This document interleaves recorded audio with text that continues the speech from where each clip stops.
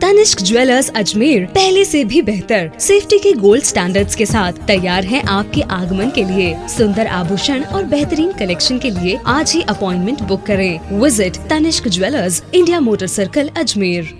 राज्य सरकार को आज एक बार पुनः सुप्रीम कोर्ट से झटका लगा।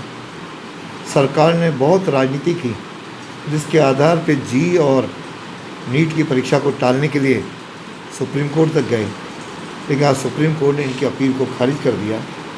इसके पहले सुप्रीम कोर्ट यूजीसी के द्वारा भी ये जो गए थे अंतिम वर्ष की परीक्षा नहीं होनी चाहिए, हमको प्रमोट करना चाहिए, उसको भी खारिज किया। इस तरह लगातार शिक्षा के विषय में सरकार झटके खाती जा रही है। गुणवत्ता पे इनका कोई ध्यान नहीं है। केवल अपनी सत्ता बचाने के लिए और अपने आकाओं को खुश करने के लिए मोदी जी का विरोध हर बात पे करने का ये जो स्वांग और ये जिस प्रकार का व्यवहार कर रहे हैं, उससे राजस्थान की शिक्षा की गुणवत्ता पर प्रश्न चिन्ह खड़ा हो गया है और इसमें सरकार पूरी तरह फेल साबित हुई है और हमारे लाखों बच्चों के आज जीवन के साथ एक तरह से मखौल उड़ा रहे हैं।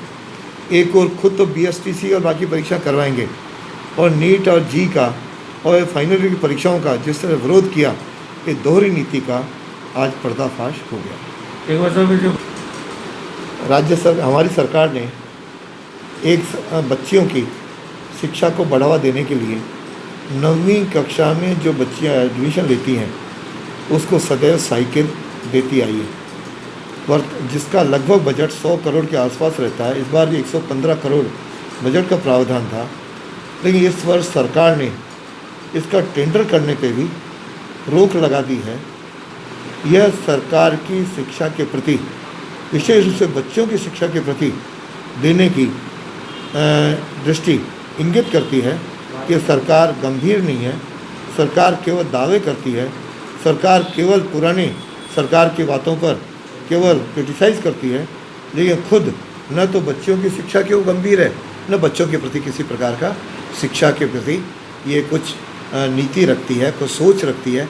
इस प्रकार का एक शिक्षा के बारे में इस सरकार का दिवालियापन। 18 में हमारी सरकार ने 3rd ग्रेड की परीक्षा करवाई थी। उसकी वेटिंग के बारे में बार बार शिक्षक और अभ्यर्थी आग्रह कर रहे थे। 1.5 साल तक उनको तरसता रहे, उनकी कोई संभाल नहीं ली और कल जाकर के उन्होंने वेटिंग लिस्ट जारी करने की जो स्वीकृति दी है, मैं समझता हूँ कि यह उन बच्चों के साथ अन्याय है, अत्याचार है। इसे 1.5 साल तक उनको परीक्षा कराने का आखिर जिम्मेदार कौन?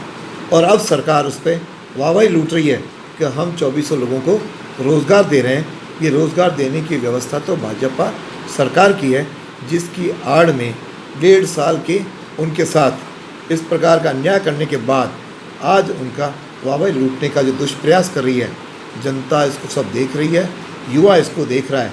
कतई सरकार